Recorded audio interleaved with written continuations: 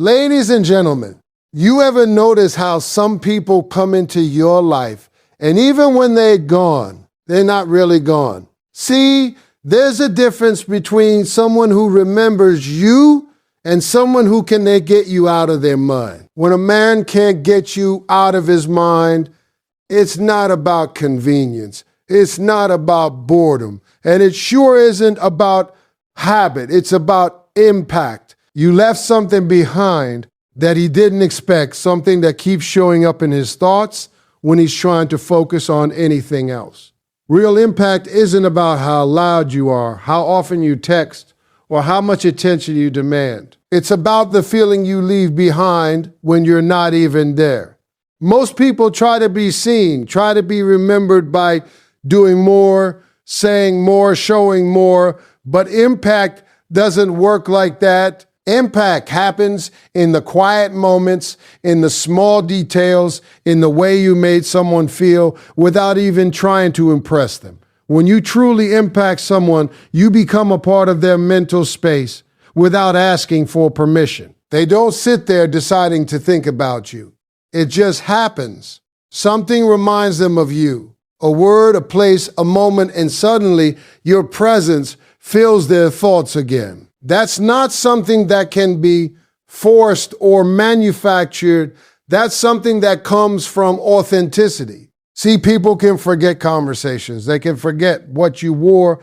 They can even forget what you said, but they will never forget how you made them feel when they were around you. If you brought them peace in a world full of noise, if you made them feel understood when nobody else was really listening, if you showed them a version of connection that felt rare and genuine, that feeling stays. And once it stays, it keeps replaying in their mind over and over again. That's what separates temporary attention from real impact.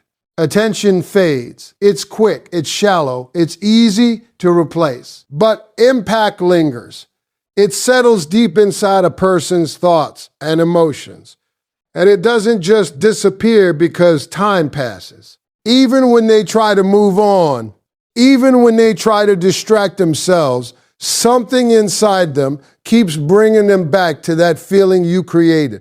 And here's the truth most people overlook. Impact doesn't come from perfection. It comes from being real, from being present, from being someone who doesn't try to fit into expectations, but instead creates a natural connection that feels effortless when you stop trying to prove your worth and simply exist in your authenticity. That's when your presence becomes powerful. Because at the end of the day, unforgettable people aren't the ones who tried the hardest to be remembered. They're the ones who left a feeling that couldn't be replaced, no matter how hard someone tried to forget it. Being on his mind doesn't automatically translate into action.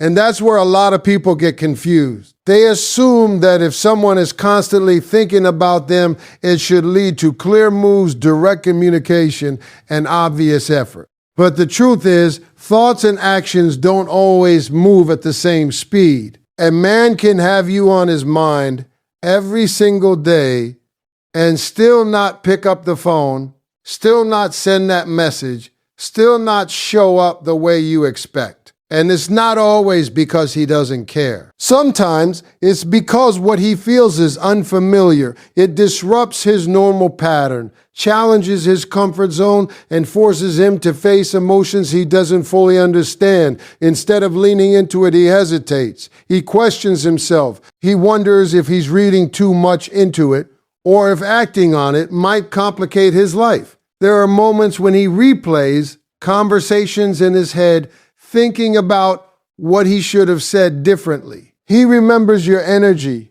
the way you carried yourself, the way you made things feel easy without trying too hard. And while those thoughts stay with him, they don't always push him forward. Sometimes they hold him in place, stuck between wanting to reach out and choosing to stay silent.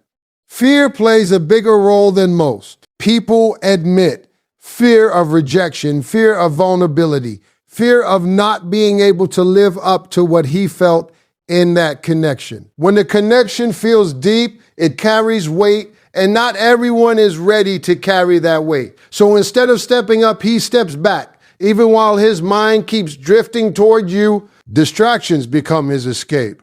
He keeps himself busy, surrounds himself with noise, tries to fill his time so he doesn't have to sit with those thoughts for too long. But no matter how much he distracts himself, there are always gaps, quiet moments where everything slows down. And that's when you show up again in his mind without warning. He might convince himself that thinking about you isn't enough reason to act. He might tell himself that timing isn't right, that circumstances don't align, or that it's better to leave things as they are. And while all of that sounds reasonable on the surface, it doesn't erase the fact that you're still there in his thought, taking up space he didn't plan to give away. Deep emotional connection is not something that can be copied, replaced, or recreated on demand. It doesn't come from surface level attraction or temporary excitement. It forms when two people meet in a space that feels real, unguarded, and natural. And once that kind of connection is experienced, it sets a standard that everything else gets compared to, whether someone realizes it or not. A man can meet other people, have conversations, even try to build something new. But if what he felt with you reached a deeper level, those new interactions will feel different. Not necessarily bad, but different in a way that lacks the same depth. Because deep connection isn't about how things look on the outside. It's about how it feels internally. It's about the calm, the understanding, the unspoken comfort that doesn't need constant explanation. When that kind of bond exists, it leaves an imprint. It's in the way he remembers small details about you without trying. It's in how certain songs, places, or moments instantly remind him of your presence. It's in how your energy felt familiar, like something he didn't have to question or overanalyze. That level of emotional alignment is rare, and rarity is not easily replaced. Even if he tries to move forward, part of him carries that memory with him. He might compare the way others communicate, the way they listen, the way they respond, and notice that something is missing. Not because those other people aren't enough, but because what he felt with you created a benchmark that isn't easy to meet again. And the truth is, people often underestimate how powerful emotional depth really is. Physical attraction can fade, excitement can come and go, but emotional connection has roots. It settles into a person's mind and stays there, influencing how they see future relationships and interactions. That's why even time doesn't always erase it. Time can create distance, it can reduce intensity, but it doesn't automatically replace depth. Because depth isn't about how long something lasted, it's about how strongly it was felt. And when something is felt on that level, it becomes part of a person's internal experience, something they carry with them whether they choose to acknowledge it or not.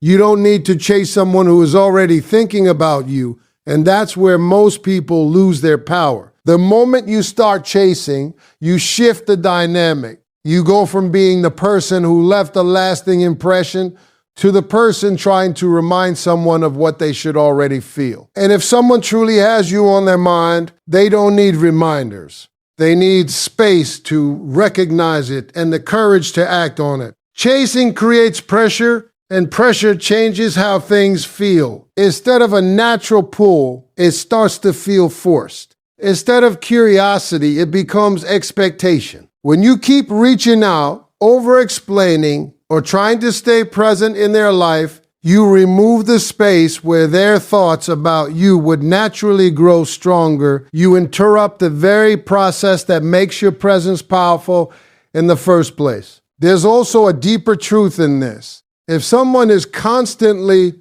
thinking about you, but still not making a move, your chasing won't fix that. It won't suddenly give them clarity or confidence.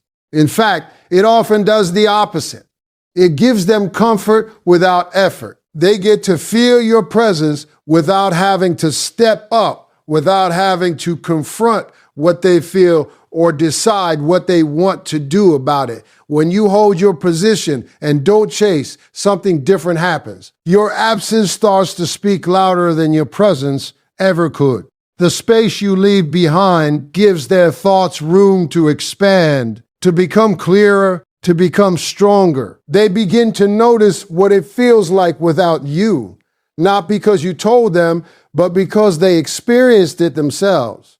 And that's where real realization comes from, not from pressure, not from persuasion, but from contrast, from feeling the difference between when you were there and when you're not. That's when someone understands your value on their own terms, without being guided or convinced. It also protects your self-respect. Chasing someone who is already thinking about you lowers your position in your own eyes. It sends a message not just to them, but to yourself, that you need to prove something that should already be evident. And the truth is, your value doesn't increase by being more available to someone who hasn't earned that level of access. When someone can't get you out of their mind, the strongest move you can make is to stay grounded, to stay centered, and to let their thoughts do what they naturally do without interfering.